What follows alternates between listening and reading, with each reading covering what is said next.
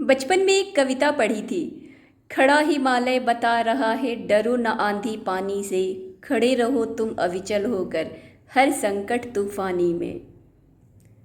फिर क्या, इन कविताओं से प्रेरणा लेकर हम अपने जीवन में भी हिमालय की तरह खड़े होते हैं। लेकिन जब जीवन के प्रैक्टिकल पेपर में आंधी तूफान आता है ना, तो कई बार तो हम हिमालय की तरह खड़े ही रहते हैं, हर संकट तूफान को झेलते हुए बिल्कुल अविचल, बिना आंधी पानी से डरे अविचल होकर हम खड़े रहते हैं। कई बार गिरते पड़ते भी हैं, लेकिन फिर खड़े होते हैं। और बहुत कोशिशों के बाद कई बार हम ये दिखाने की कोशिश करते हैं कि हम खड़े हैं हिमालय की तरह, लेकिन फिर बहुत बाद में एहसास होता है कि हम ढह चुके हैं। हाँ, खड़ा हिमालय से सीखने के बाद भी जीवन के आंधी पानी के प्रैक्टिकल पेपर में हम ढह जाते हैं, और ढहने के बाद हमारा अस्तित्व खत्म होने लगता है। तो फिर हमें बचपन में पढ़ी एक कविता याद आती है। वीर तुम बढ़े चलो, धीर तुम बढ़े चलो, सामने पहाड़ हो, शेर की दहाड़ हो। याद होगी आपको ये कविता। फिर इन कविताओं से हम याद कर पाते हैं कि हम तो वीर हैं, हम तो धीर हैं।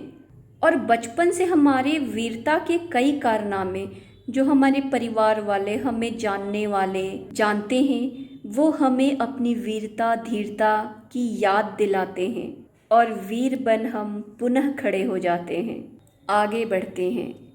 और फिर कभी कभी जीवन के प्रैक्टिकल पेपर बहुत टफ होने के कारण कई बार तो हम ऐसे ढहते हैं ना कि हमारे पैरों में जान ही नहीं बचती कि हम खड़े हो सकें।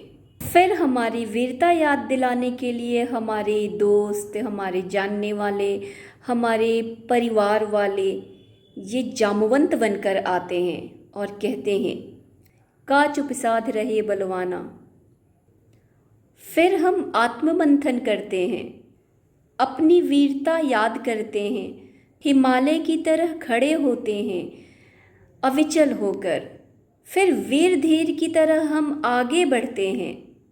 और फिर जीवन में जब कुछ लोग अबूझ और कठिन प्रश्न पत्र बनकर आते हैं, वो भी सिलेबस के बाहर से, जिसकी हमने कभी कोई तैयारी ही नहीं की होती है।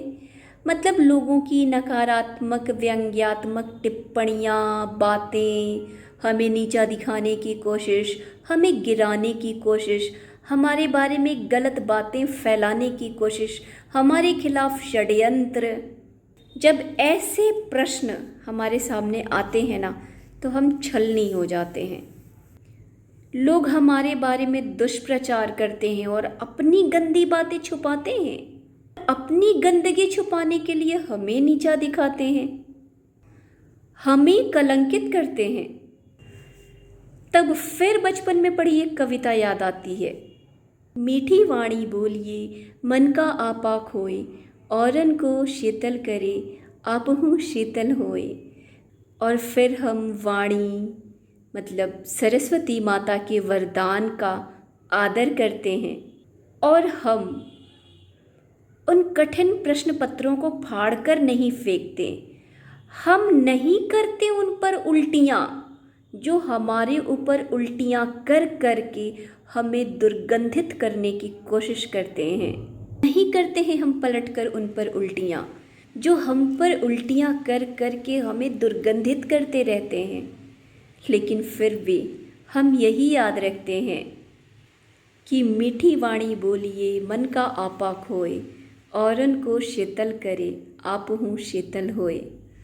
और इस प्रकार मीठी वाणी बोलते हुए, वीर धीर की तरह आगे बढ़ते हुए हम अविचल हिमालय की तरह पुनः खड़े हो जाते हैं।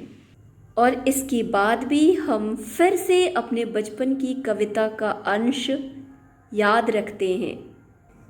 बड़े बड़ाई ना करे, बड़े न बोले बोल, रही मन हीरा कब कहे, लाख टका मोरा मोल।